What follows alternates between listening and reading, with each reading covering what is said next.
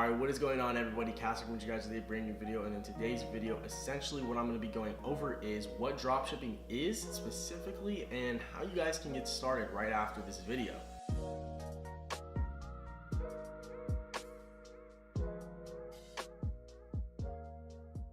So guys, if you are here, I'm assuming you're a beginner, right? You shouldn't be here if you're an expert or even somebody who already has a couple of stores going. So if you guys are beginners, I want to welcome you, and if you're new to the channel, welcome as well. This video is going to pretty much answer that question, and I'm going to be going over as well kind of like exactly what dropshipping is, but also the steps in the process. So after this video, you'll have a pretty clear understanding of what you need to do to start your own store. So if you guys do enjoy this video, please do go ahead and drop a like on it. It really does help me out. Subscribe to the channel also if you guys are new. But yeah, let's get right into the video. So guys, what is dropshipping? Now, dropshipping is just a business model, right? You hear people talk about e-com. E-com is just e-commerce. That is just the art of selling stuff online.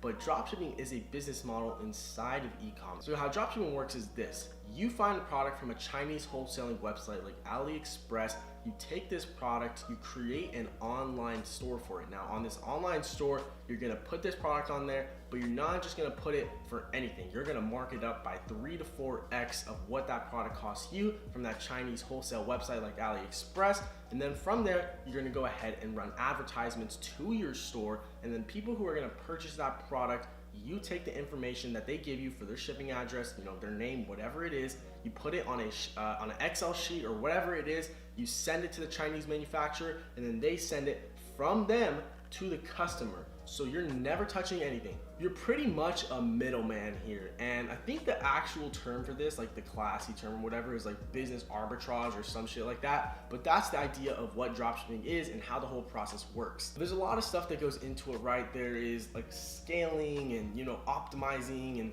fucking payment processors and all this stuff, guys. That is literally just the overview of what dropshipping is. Again, there's a million other things that you need to be like looking into when you're making a store, all this sort of stuff. And I'm gonna explain it in this video as best as I can, but that is that. Now you're probably wondering, what do I sell? I mean, do I sell iPhones? Do I sell pencils? Like, what do I sell? So the way that I go after my product research is that I actually try to sell what everybody else isn't selling. A lot of people will tell you to go out and just look for stuff that is trending, right? Something that is a winning product. The way I go ahead and find my products is I try to find products that I have a really good chance of dominating the section of that niche in. So let me explain, okay? A lot of people, a lot of the times will tell you with dropshipping that you have to sell products that have a lot of sales on them, right? Because on AliExpress, and I'll show you guys in a second here, as you guys can see here, a lot of people will go onto AliExpress, right, find a product, and then they'll go here, look at the orders and say, 60,000 orders? Damn, that must be a good product. I'm gonna go ahead and sell it, because if so many people are selling it, that means that it's a selling product. That means I can sell it too. So the number one thing you guys have to remember is when you're trying to find stuff to sell, go after the stuff that everybody isn't selling. Think of it like this, guys. If everybody is going right, you gotta go left. As you do not wanna have to compete with 1,000 people. If you can compete with 1,000 people or only compete with 5 people, what are you gonna do? Like, why would you willingly try to compete with more people if you have less of a chance of that working? You can make more money trying to dominate a specific untapped niche than going after a niche that 1 million people are trying to enter. That is why I like to find stuff that is specifically not selling right now and blow it up myself, because it's the same process, it's the same way to build a store, it's the same way to advertise. The only difference is that you're not looking at, you know, if other people have had success with a product, right? You're trying to pioneer your own success with that product. And guys, honestly, I'm not in this to make $1,000 a day. I'm in this to make $20,000 a day. And the real honest truth is you're not gonna make $20,000 a day, $100,000 a day by selling the stuff everyone else is selling. That is literally picking up the crumbs of other people's success because somebody already came in and blew that product up. You're just following their footsteps. If you guys want to make serious money with e-commerce and consistent money, this is the actual way to do that. You have to find stuff that is untapped, people haven't seen before, it's new, and that nobody else is really selling. Guys, also I would recommend trying to find products that you can at least make $50 profit with your orders. Because when you have more money to work with in general, your business just will thrive.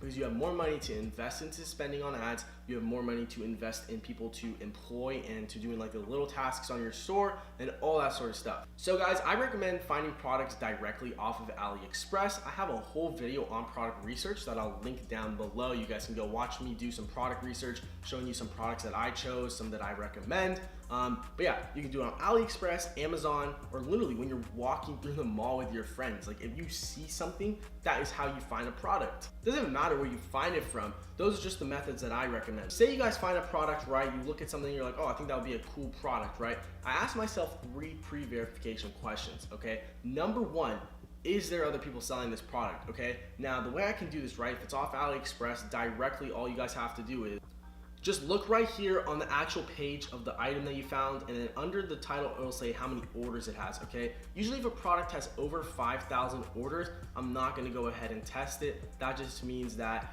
there is one order, or there's one listing on AliExpress with 5,000 orders. That means that there's probably 10 more listings with 10, 20, 30,000 orders, or another 6,000, 7,000. That's too much. I don't want to, again, pick up the crumbs of other people. I want to kind of create my own wave. And I found that products under 5,000 orders all have been able to create their own wave way more successfully. So that's the number 1 thing, guys. The second thing that you guys are going to want to go ahead and do is make sure that the quality of the product is good, okay? That means that essentially looking at the reviews, okay? So look at the reviews under the listing of the product. Make sure this 5-star reviews is at least 80%. If anything is under 80%, I'm not gonna do the product, okay? Make sure that the products you guys are sending out are quality. The thing that could happen is if you send the customer the item and say it actually is broken, because most of the time these Chinese factories, they don't take care of the orders there, right? They just throw them around and shit because they have so many coming every day. So you wanna make sure that the supplier makes a quality product, make sure that it won't break. So when the customer actually receives the product, they're satisfied, right? And if Facebook asks them to leave a review later on, then they'll leave a good review. So that's number 2, make sure that it has good reviews. And then number 3, can this product be marked up 3x the price and still be sold to the masses? So what I mean by this is this. So say you guys find a phone case, right? And the phone case on AliExpress is 20 bucks. Can you logically mark that product up to $60 and still make a profit?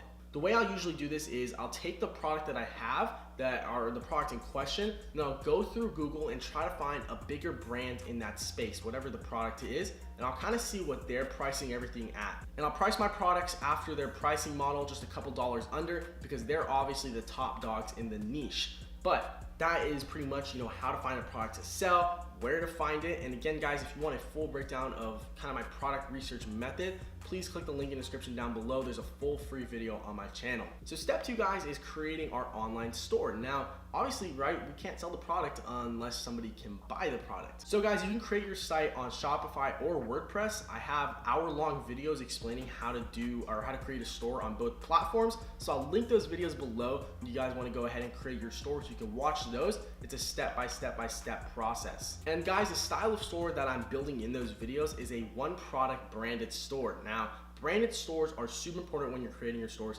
because a lot of the times dropshipping stores will look like Amazon. They'll have a million products on them, and these are called general stores. Now, the branded store, you're able to charge more for products, right? There's like Camel backpacks. They charge like $400 for a backpack. Like, it's literally a backpack. It's $20 in China. Like, it's crazy, man. You can literally charge so much for a brand, and that's because you carry such a high status, right? You can portray yourself as the creator of that product. So guys, now we're gonna go ahead and advertise our store. I usually will start to advertise my store with Facebook ads. How I set up my Facebook ads, guys, is pretty simple. I use a system called campaign budget optimization, and I use campaign budget optimization for my entire campaign. Facebook is switching to CBOs for its entire platform in a few months here. So I actually like to use CBOs because it really is gonna give me practice for when there only is gonna be CBOs later on. Because right now you can either allocate your budgets through putting them on each individual ad set, or you can go ahead and allocate the budget for the whole campaign, and then Facebook can choose which ad set gets the entire spend.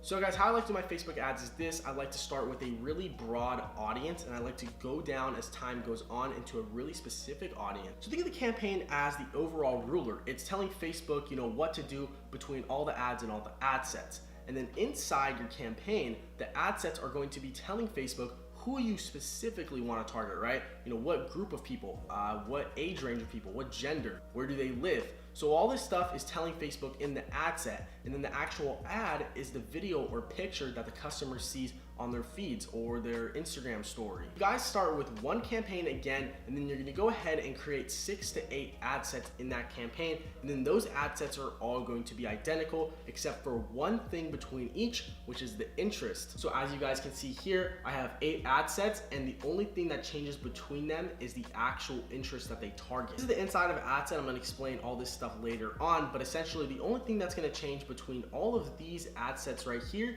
is this detail targeting, okay? So if I clicked on this other ad set right now, the targeting changes between each of them, as you can see, but everything else in the actual ad set is going to stay the same. The idea here is we want to only change one variable so we can see which variable brought which change, so then we can go from that really broad audience to start narrowing down into our preferred targeted audience. So guys, each ad set is also going to have 6 ads under that ad set. Now, the 6 ads are going to be different from each other, right, between that group. But the same group of 6 ads is used for each ad set. So guys, again, I'm making that CBO campaign at $100 a day. My ad sets are set up by worldwide targeting, excluding these countries right here. And the reason that I'm excluding those countries is not because I hate those countries. Those countries are what we refer to as third world countries. They usually aren't purchasing products, so we're just gonna go ahead and exclude them because we don't want bad traffic on our ads, especially since we're targeting worldwide. So after that, we're gonna go into the age bracket, which we're just gonna leave at the default of 18 to 65. We're gonna go ahead and target all genders. We're gonna go ahead and turn this off, which is the expand interest right here, this box. We're gonna uncheck that box right there.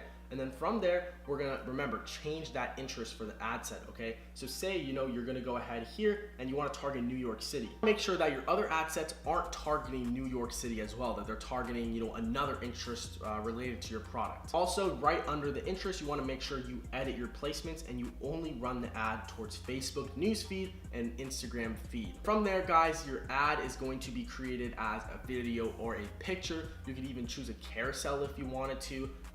But what I usually would do if I was a beginner, guys, is use like an agency service, somebody who can create an actual advertisement for you, because it's going to be hard if you actually don't know how to use After Effects or Premiere or Photoshop, because then you're not going to have the editing experience to make an actual appealing and visually good ad. So what I recommend is using bands off ads. I use them in the past. They're really great, guys. I'll leave a link in the description down below. They'll make a couple videos for you for like 60 bucks, which is a really good deal. So I would go ahead and check them out. Link is in the description down below. But guys, if you're making a video, essentially it should just state the problem in the video, right? While showing the actual product in use or showcasing the product. You want to make sure that you're stating the problem in the video, you're showing the actual solutions through the video, or if it's a picture, right, show the solution that the product solves, whatever it is. But that's the main idea, okay? Show the problem, solve the problem, and then sell them. Same idea for the description as well. You want to make sure that you're going to show the problem, state the problem, solve the problem, and then sell them. Now I want to go into an example of some ad text that I would use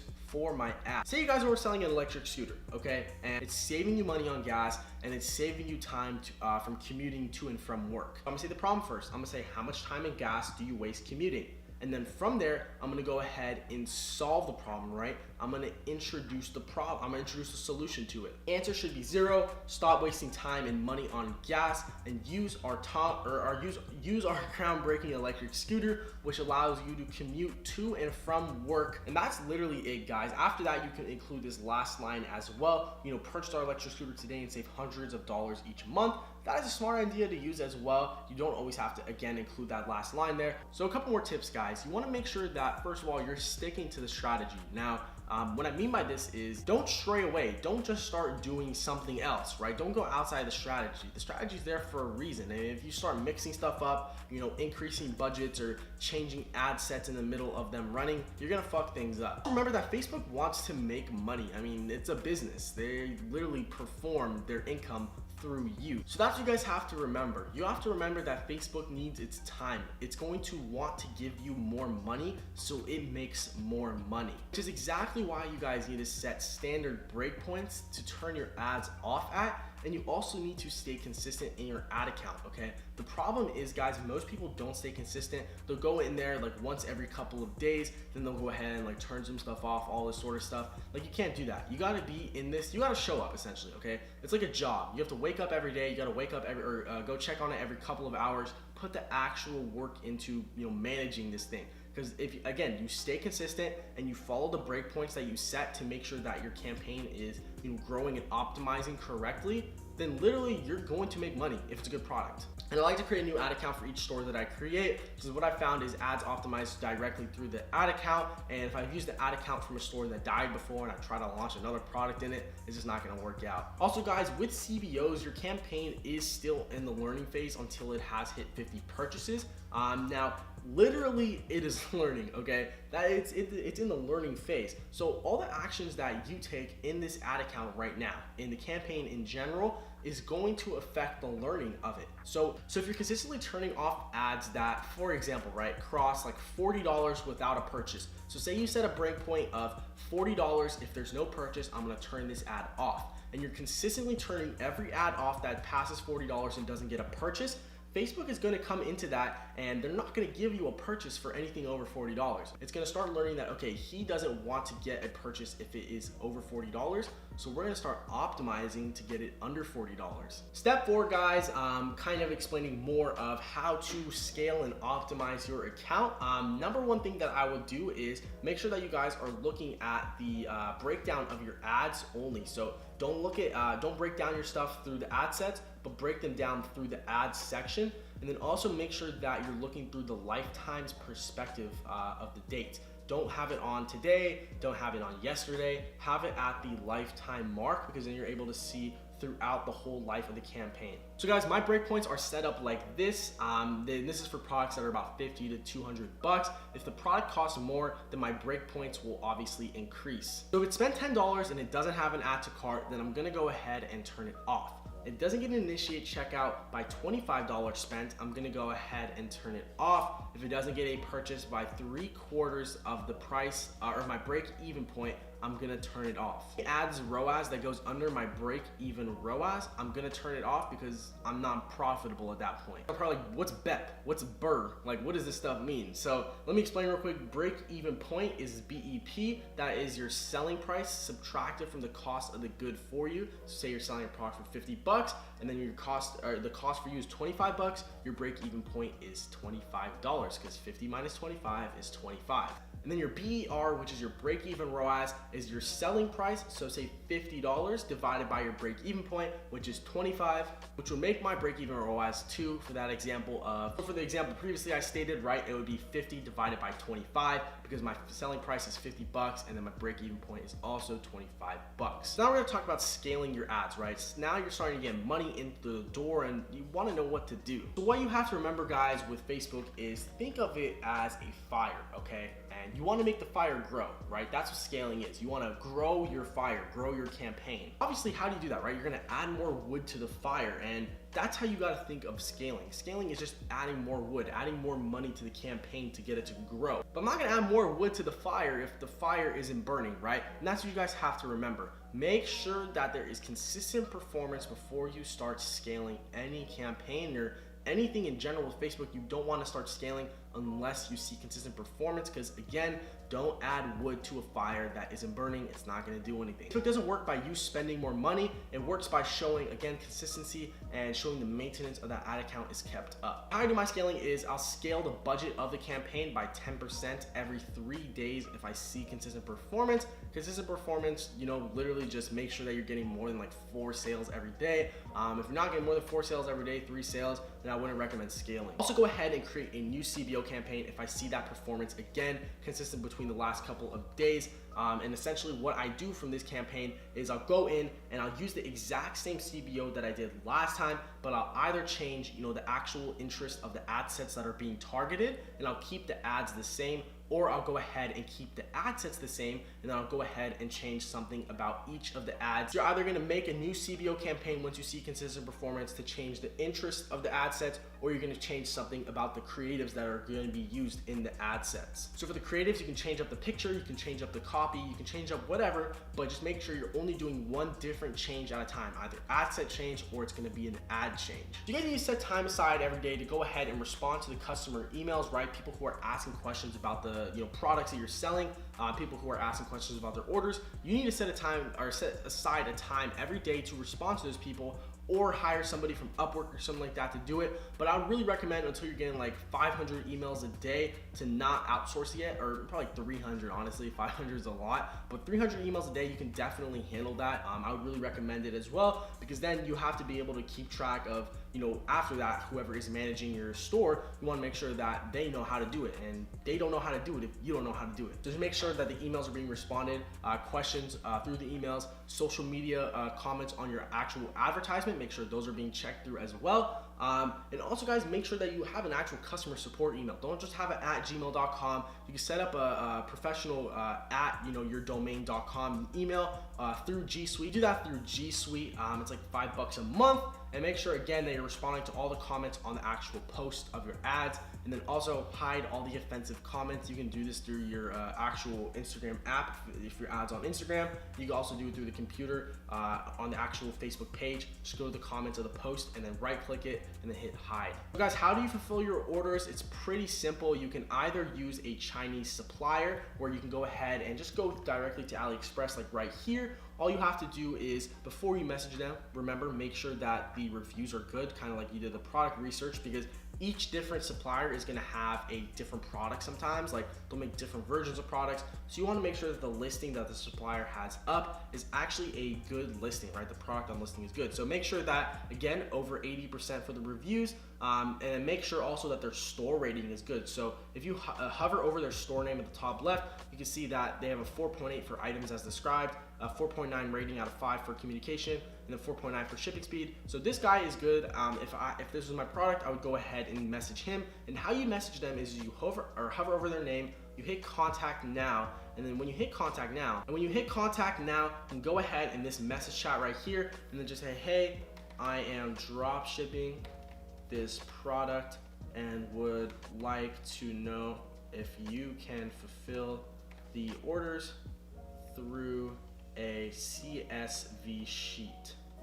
And then just go ahead and send this to them. Oops, let me spell check that, and then go ahead and send it to them, and then they're gonna respond. They're gonna be like, most 9 out of 10 times they're just gonna say yeah, and be like, okay, cool, what's your WhatsApp, what's your messenger, and we can talk more freely. And then pretty much, guys, at the end of every day, or whenever you guys send out your orders, you can send that .csv sheet to the supplier, and then they'll go ahead, process that, pack all the items, put the tracking numbers on the product, and they'll go ahead and send you a CSV sheet back to you with those tracking numbers, right? And those tracking numbers, you're gonna take them and upload them to your store. Now, there's services that do this, right? It's called Oberlo, all that sort of stuff. Services that do this too, right? There's like Oberlo, and then there's the Silk Road, all that stuff. But I like doing it that way. It's a lot faster than those services. You can go ahead and use a sourcing agency. They can usually get faster products for shipping time, and they can get cheaper products as well. I'll leave a link in the description down below. You guys go hit up Gage on Instagram. He's one of my good friends. He has a really cool sourcing agency, and you can get pretty much any product on AliExpress. Get it for like 7 to 10 days shipping in the US, and you also get it for a lot cheaper. Sourcing agencies, guys, you literally can get the products for a lot cheaper, but also you can get them to your customers faster because of the way they ship them. So if you guys are interested in something like that, you can hit the link in the description down below. My friend Gage can get you guys set up. Anyways, guys, that's pretty much it for the video. If you guys did enjoy, please do drop a like on it. Subscribe to the channel if you guys are new. And yeah, that's gonna be pretty much it.